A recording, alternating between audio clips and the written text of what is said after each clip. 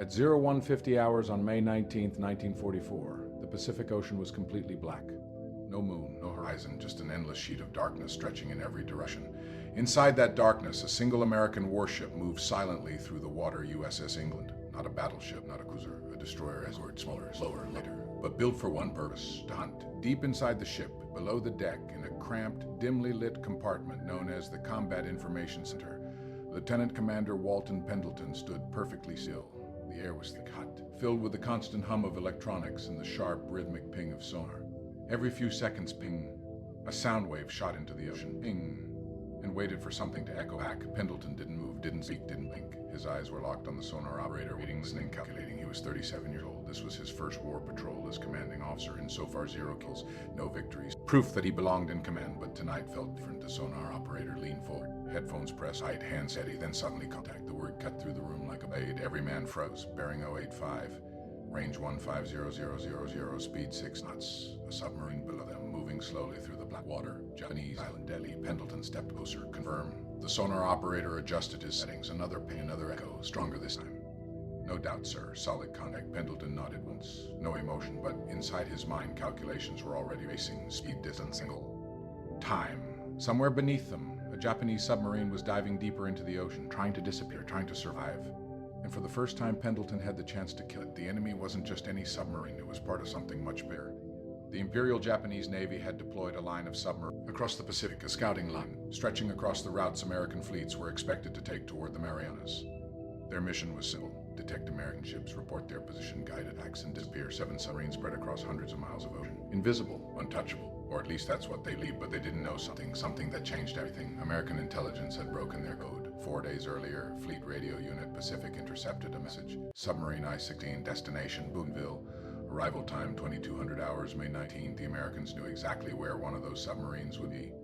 Exactly when it would arrive, exactly where to wait. So USS England wasn't just patrolling that night, she was hunting, and now the prey was here. But hunting submarines in 1944 was almost impossible. For decades, navies had relied on one weapon: depth charges. Simple, brutal, primitive. Roll them off the back of the ship, set them to explode at a certain depth. Hope the submarine was still there when they detonate, but hope wasn't a strategy, it was a gamble, and the numbers proved it. Over 5,000 depth charge attacks had been launched during the war. Only 85 kills, 1 success for every 60 attempts. By the time the charges exploded, the submarine had already moved. The water churned violently, sonar lost contact, visibility dropped to 0, the hunter became blind, and the prey escaped. And again, Pendleton knew those numbers, studied them, understood them, and rejected them, because USS England carried something different, something new, something most captains didn't trust. Mounted on her foredeck was a weapon unlike anything before it. 24 small launch tubes, arranged in rows, pointing forward. It looked simple, almost unimpressive, but it wasn't. The British called it Hedgehog. Instead of dropping explosives behind the ship, Hedgehog fired them 200 yards ahead, into the exact path of the submarine. Each projectile weighed 65 pounds, filled with torpex more powerful than TNT, and most importantly, they had contact fuses. They only exploded if they hit something solid, which meant something revolutionary. If there was no explosion, they missed. If there was an explosion, you had your target. No missing, no confusion, no wasted time. Even better, they didn't disturb the water. No massive shockwaves, no blinding turbulence. Sonar contact was maintained. The intact hunter could see, could just attack again, over and over, relentless. Samitico. But there was a problem. The weapon was new, unproven. Early tests showed only a 5% success rate. Crews didn't trust it. Captains preferred the thunder of depth, louder, more dramatic, more familiar. But Pendleton wasn't interested in tradition. He was interested in results. And the numbers told a different story. 1 kill for every Hedgehog attacks versus 1 kill for every 80 depth charge runs. That wasn't a small improvement, that was a revolution. Back in the Combat Information Center, the tension was rising. Range now 1,200 yards. Target diving, the submarine was going for standard Japanese tactic. Depth turn sharply, change depth, confuse the attacker, make prediction impossible. Pendleton spoke calmly. Prepare Hedgehog. Above deck, sailors moved instantly, loading the launcher. 24 projectiles, locked and ready. The entire ship seemed to hold its breath. Range 1,000 yards. Close now. The target was still diving, still maneuvering, still trying to escape. Pendleton made his decision: fire. On deck, the Hedgehog launcher erupted. 24 projectiles shot into the air, arcing silently through the darkness. For a brief moment, they looked almost beautiful. Then they hit the water, one by one, splash, splash, and then silent explosions. Nothing amiss. The submarine had turned, slipped out of the pattern, escaped the kill zone. But this time the attack wasn't over. Sonar contact was still there, clear, unbroken. Target turning, new bearing. Pendleton didn't hesitate. Reload. Fire again. Second attack. Projectiles launched, falling into the ocean. Seconds pen. Then boom, one explosion. Hit, but only one. Not enough to destroy the submarine. Just enough to damage it. Just enough to tell the enemy, you are not alone. You are not safe. And we are not done. Inside the submarine, panic would already be spreading. Lights flickering, hull shaking, men shouting, trying to understand what just happened, because this wasn't normal. There were no warning explosions, no distant blasts, just sudden impact. Back on USS England, Pendleton was already preparing the next attack. No celebration, no hesitation, just calculation. Third attack again, the launcher fired again, the projectiles fell again, silent. Miss. The submarine had gone deeper, much deeper. Pendleton studied the day. Something was wrong. Then the fathometer reading came in, depth estimate 300 feet, maybe more. Pendleton's eyes narrowed. He had underestimated the target. The submarine wasn't just evading, it was diving beyond expected limits, pushing deeper into the ocean to survive. But deeper didn't mean safe, it just meant the math had changed. A just firing solution for the attack launch. Waiting. Another miss.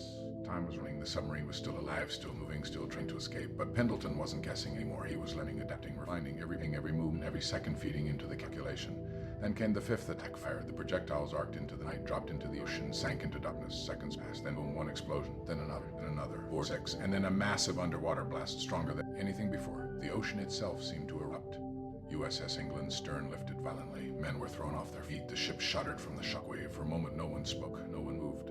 Then slowly oil began to rise to the surface, dark, thick, spreading across the water. Debris followed with metal, cloth, and silence. The sonar operator removed his headphones, looked at Pendleton, and said quietly, contact lost. I-16 was on.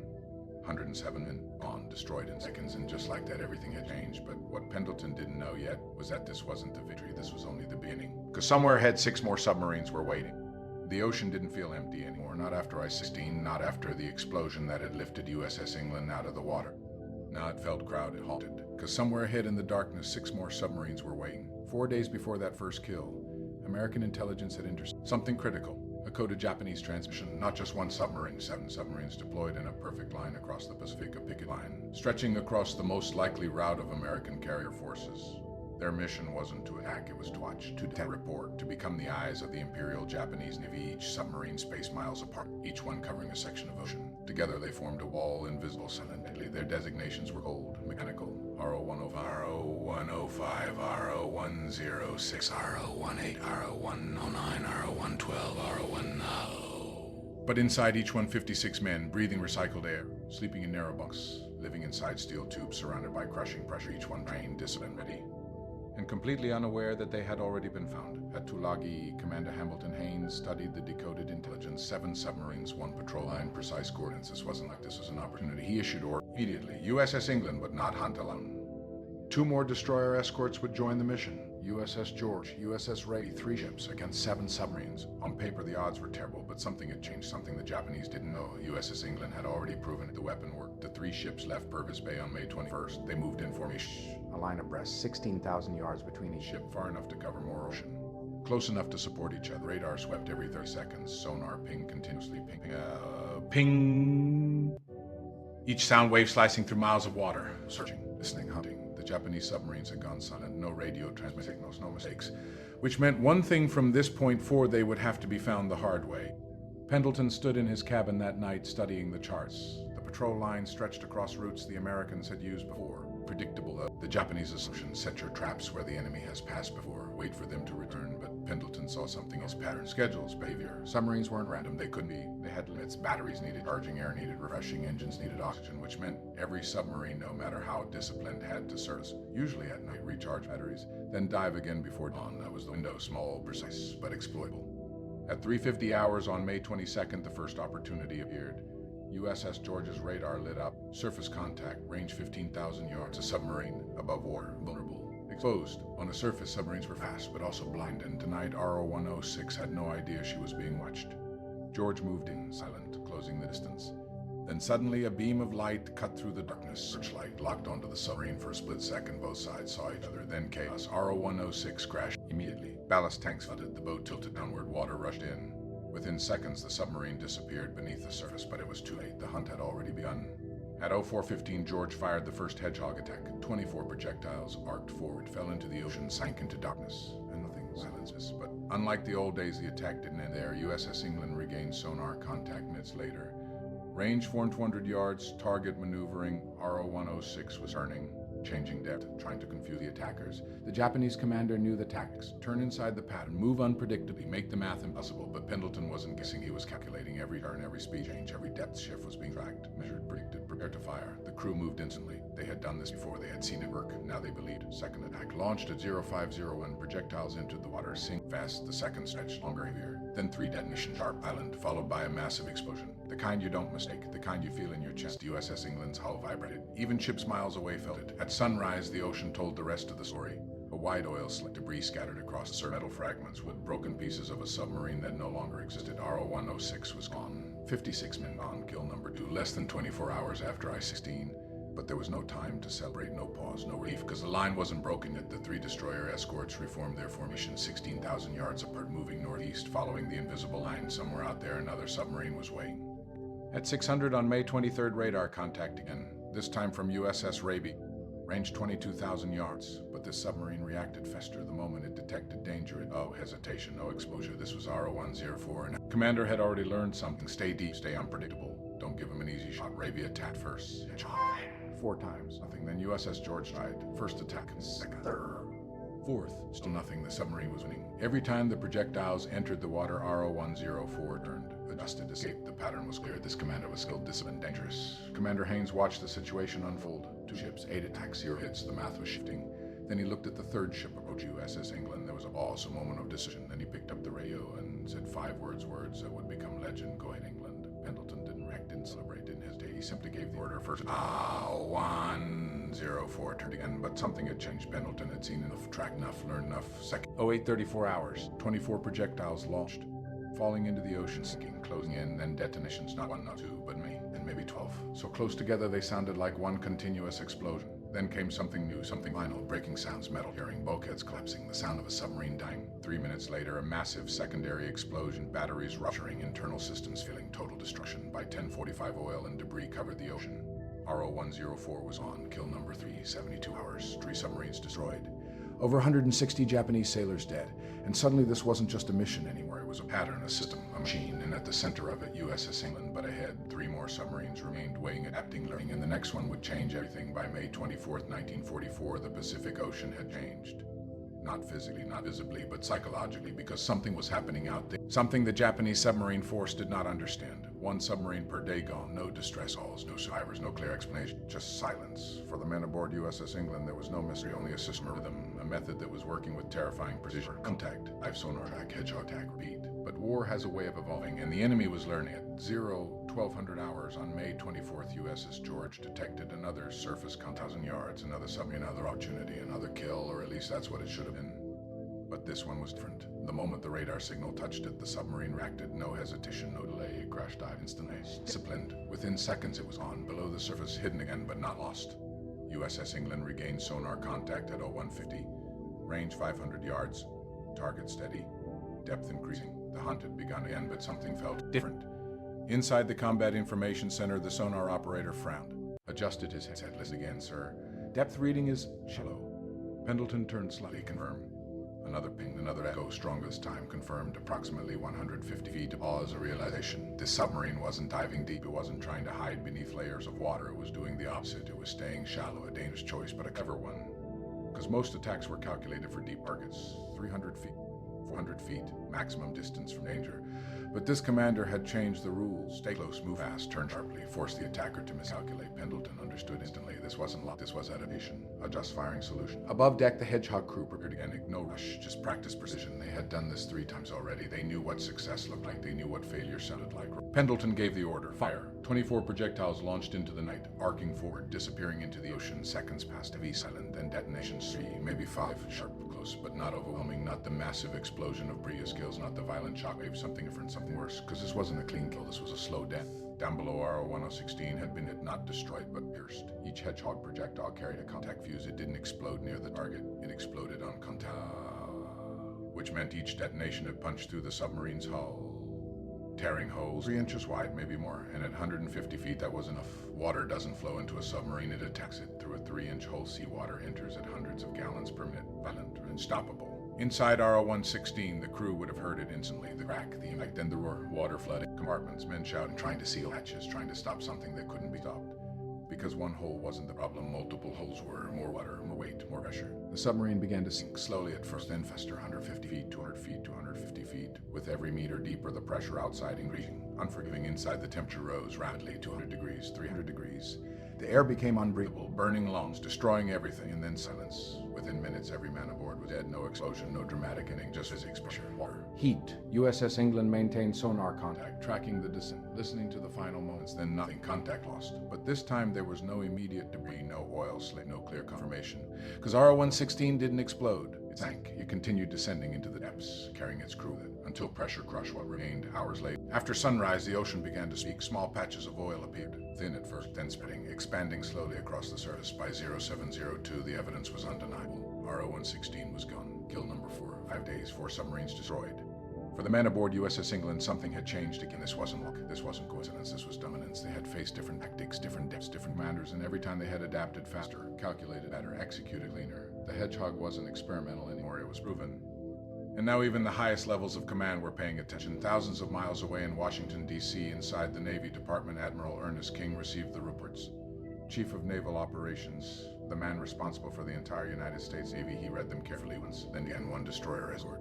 4 confirmed submarine kills, 5 days, using a weapon most captains didn't. King understood numbers, understood probability, understood patterns, and what he was reading shouldn't have been possible, but it was real. He put the report down, picked up a pen, and wrote a message, short, direct, unforgettable. There'll always be an England in the United States Navy. The message spread quickly across the Pacific Fleet, from ship to ship, from officer to sailor. USS England was no longer just another destroyer escort. She was becoming something else, a symbol, a standard, a story in the making, but fame has consequences, because success attracts attention, and attention brings orders.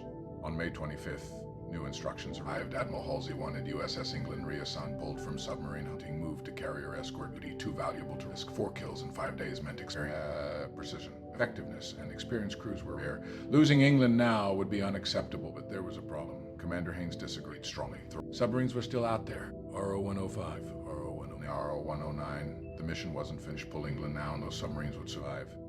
Continue reporting, continue tracking, continue threatening American fleets. Haynes looked at the numbers. 4 kills in 5 days. The math was simple. England could finish this. 3 more days, 3 more submarines. Mission complete. He sent his response clear. Confident, uncompromising. Let England finish the job. There was a pause, a moment of decision at the highest level. Then approval. 1 more patrol, 1 more chance. Out in the Pacific, USS England continued moving northeast.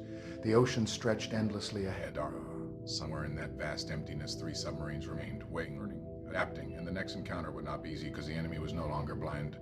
By May 26, 1944, the pattern was undeniable. 1 submarine per day. On. Destroyed, erased from the ocean without. For the Americans, it was momentum. For the Japanese, it was a nightmare. At Imperial Japanese Navy headquarters, something wasn't adding up. 7 submarines deployed. 4 already missing. No distress calls, no final transmissions, no survivors, just silence. Admiral Somo Toyoda studied the reports again and again. Every missing submarine followed the same pattern. Last known position, then nothing, no battle, no engagement, no explanation, which meant only one thing: something new was hunting them, something fast, something precise, something their commanders didn't understand, and out in the Pacific, that something was already moving toward its next target, USS England. At 23:03 hours, May 26th, USS Raby detected a surface 1,000 yards. Another submarine, this one RO-108, like the others, had surfaced that night to recharge batteries, diesel engines running, air flowing through the hull. Crew briefly safe from the crushing pressure below, and like the others, didn't stay safe for long. The moment radar locked onto it, everything changed. The submarine crash dived immediately. Ballast tanks flooded. The bow angled downward. Water swallowed it whole. But this time something was different. USS England established sonar contact almost instantly. Range 1,650 yards. Target maneuvering inside the Combat Information Center. There was no excitement, no celebration, only focus. Because by now they knew something important. Every submarine they had faced had tried something different. Deep dives, sharp turns, speed changes, unpredictable movement. And every time USS England had adapted. But adaptation works both ways. This time the enemy had learned to. RO-108 stayed shallow, just like RO-116. Fast turns, short movements, constant direction changes, a deliberate strategy. Confuse the firing solution, break the mathematics, escape the pattern. USS Raby attacked first. Hedgehog, 24 projectiles launched, fell into the ocean. Silent miss. The submarine had slipped away again. Commander Haynes didn't hesitate. He had seen this before. He gave the same order. Go ahead, England. Pendleton stepped forward slightly, calm, focused, no hesitation, prepare to fire. Above deck, the crew moved instantly. They didn't rush. They didn't panic. They executed, because by now this wasn't experimental anymore. This was routine ready. Pendleton gave the order, fire. The The Hedgehog launcher did 24 projectiles shot forward, arcing through the darkness. They entered the ocean one by one, second passed, then detonations for maybe 6. So close together they sounded like one, and then it was over. There was no prolonged stroll, no slow sinking. RO-108 didn't flood, it didn't fight, it imploded multiple hits and ruptured the pressure hull instantly. The structure couldn't hold. The ocean crushed it in seconds. 56 men gone before they could even understand what had happened. Kill number 5. 6 days, 5 submarines destroyed. The ocean was no longer a battlefield, it was a graveyard, but the next fight would be different because the next submarine was ready. The Hunter meets the Thinker, May 30th, 1944. The tension had changed, no longer aggressive, no longer predictable. Now it was cautious, calculated, dangerous. At 21:45 hours, USS George detected a contact, RO-105. The moment radar touched it, the submarine dove, but instead of running, it disappeared. No movement, no noise, no propulsion, silence. At 2200, USS England established sonar cable. The signal flickered, faded, returned. The sonar operator found, "Sir, contact is strange." Pendleton looked over, explained, "Is barely moving. Could be drifting or creating false returns." A knuckle, a patch of disturbed water, a trick used by submarines. It made sonar unreliable, created confusion, uncertainty, which meant for the first time the advantage wasn't clear. Pendleton faced the decision: attack now and probably miss, waste precious ammunition, or wait and risk losing the target completely. Because this wasn't just any engagement. England had limited Hedgehog rounds left. Every attack fired 24 projectiles. Every miss mattered. He chose to 8 minutes passed, then an hour, then 2, then 4. The submarine didn't move, didn't react, didn't reveal itself. It was a game of patience, and the Japanese commander was playing it perfectly, but submarines had limits. Batteries drained, air ran low, and eventually every submarine had to move. At 2:30 hours, May 31st, the signal changed drier. RO-105 was moving again. The hunt resumed. But the Japanese commander had one final move. At 03:15, RO-105 surfaced, but not where expected. During those 4 silent hours, it had drifted miles away from its last position. When USS George detected it, the bearing was wrong. The direction unexpected. For a moment, the Americans were looking in the wrong place. That moment saved the submarine. Because by the time USS England turned, RO-105 had already crash-dived again, but it wasn't enough. At 03:45, sonar contact reestablished. Now the real battle began. RO-105 indeed. 400 feet. 6 knots, heading away from the hunting group. This commander was different, smarter, more disciplined, more dangerous, because now the mathematics had changed. Hedgehog projectiles sank at 23 feet per second. At 400 feet, they needed 17 seconds to reach target depth. 17 seconds. In that time, a submarine moving at 6 knots could travel over 150 feet, which meant the firing solution had to predict the future. Exactly, or miss completely. First attack miss by 200 feet, second attack miss and closer, but still wrong. The submarine kept changing speed, changing direction, bring the prediction, bring the math. For the first time, USS England was struggling. 2 attacks, 48 projectiles on, only a few chances remained. Haynes watched closely. This wasn't like the others. This wasn't easy. This was a thinking enemy, a commander who had learned, adapted, evolved, and for a moment it looked like he might win, but then something changed. At 04:47, USS England sonar operator noticed a pattern. Target turning every 4 minutes. A pause. Then realization, 30 degrees port, then starboard, repeating. Pendleton's eyes locked for it. Humans weren't random, they couldn't be. Even in chaos, they created patterns, and patterns could be predicted. He adjusted the firing solution, not where the submarine was, but where it would be. Fire, third attack, the projectiles fell, sank, closed in, then detonations 4, maybe 5 hit, but not enough. RO-105 was damaged, but still alive, still moving, still fighting. Inside the submarine, emergency procedures began. Blow ballast, tank surface, escape, but there wasn't time. At 05:32, USS England fired again. 4th attempt this time. Detonations close. Strike to final. The submarine broke apart. The ocean rushed in. Everything ended at 06:15. Oil and debris surfaced. RO-105 was gone. Kill number 6. 12 days. 6 submarines destroyed. 335 Japanese sailors gone. And just like that, the mission was almost complete, but one submarine still remained. RO-109, somewhere in the vast Pacific, waiting and now air. By June 1st, 1944, the ocean had gone quiet again. Not peaceful, not calm, but empty. 12 days earlier, 7 Japanese submarines had formed a defensive line across the Pacific. A wall of steel and silence. A system designed to detect, report, and protect the Empire. Now only one remained, RO-109, somewhere beyond the horizon, somewhere in thousands of square miles of open ocean, and unlike the others, this one who, at Imperial Japanese Navy headquarters, Admiral Somu Toyota had finally understood what was happening. 6 submarines missing, 1 every day. No survivors, no cause. But the pattern was impossible to ignore. Something new was hunting them, something they couldn't see, couldn't predict, couldn't escape. Toyota issued new orders immediately. To RO-109 and any surviving submarines in the area, dive deeper, minimum patrol depth 400 feet, limit surface time, recharge batteries only when absolutely necessary, avoid radar detection at all costs, and most importantly, run silent, no sudden turns, no aggressive maneuvers, because aggressive movement made noise, and noise was death. The Japanese had finally learned, but they had learned from dead men. Out in the Pacific, USS England, USS George, and USS Raby continued their patrol. The formation remained the same, 16,000 yards apart, radar sweeping, sonar ping, ping. But something felt different. The ocean was quieter now, no easy targets, no surface contacts, just empty water. Because RO-109 had already made its decision, it abandoned its patrol position, left the NA line, and disappeared. Keep silent, careful. It didn't try to fight, didn't try to outsmart, didn't try to win. It chose survival. And for the first time, that was the right choice. USS England never found it. The hunt was over, but the story was just beginning. Back at 3rd Fleet headquarters, the reports were being reviewed again. 6 submarines, 12 days, 1 destroyer escort. The numbers didn't just tell a story. They changed doctrine. Before USS England, anti-submarine warfare was uncertain, inefficient, based on estimation. After USS England, it became precise, calculated, predictable. The mathematics were undeniable. More than 5,000 depth charge attacks during the war. Only 85 kills, a success rate of around 1.6%. Hedgehog before England, about 5%. But USS England had rewritten everything. 6 submarines destroyed in roughly 15 attacks. A success rate of nearly 40%, 25 times more effective than depth charges, 8 times better than the average Hedgehog. This wasn't improvement, this was transformation. Within months, the weapon became standard. Training changed, tactics evolved. Sonar operators studied England's tracking methods. Gunners practiced her firing sequences. Commanders learned to trust mathematics instead of instinct, and the Atlantic Hedgehog would go on to sink dozens of German U-boats, proving again and again that what happened in those 12 days was no accident. But even then, no ship matched England's record. Not in the Pacific, not in the Atlantic, not anywhere. 6 submarines, 12 days unmatched, unbroken, and slowly almost forgotten. USS England continued service after the mission. Escort duty, convoy protection, carrier screening, routine operations. No more legendary battles, no more historic kills, just war. Then October 31st, 1944, off the coast of Leyte Gulf, everything changed. A Japanese kamikaze aircraft appeared suddenly, low, fast, steady. There was barely time to react. The plane struck directly. The impact was devastating. The bomb penetrated deep into the ship, exploded inside the forward engine, and fire, smoke, chaos. 37 crew members killed instantly, 25 more wounded. The ship survived, but barely. The damage was catastrophic. Repairs would take months, cost more than building a new ship, and so a decision was made. USS England, the most successful submarine hunter in history, was not worth saving. She was towed away, stripped, dismantled, and in 1946 cut apart in a salvage yard, reduced to metal scrap, razor blades, tin cans. The ship that had destroyed 6 submarines in 12 days ended its life in pieces. Walton Pendleton survived the war. Promoted, respected, recognized. He received the Navy Cross, a single medal for 6 submarines. He continued serving, commanded more ships, led more missions, but nothing ever matched those 12 days. He retired in 1961. After 34 years of service, and in 1973 he died at the age of 66, buried at Arlington National Cemetery. His gravestone is simple. It lists his rank, his service, his duration, but it doesn't mention the 6 submarines. It doesn't mention the 12 days. It doesn't mention the moment he changed naval warfare forever. The Navy tried to remember.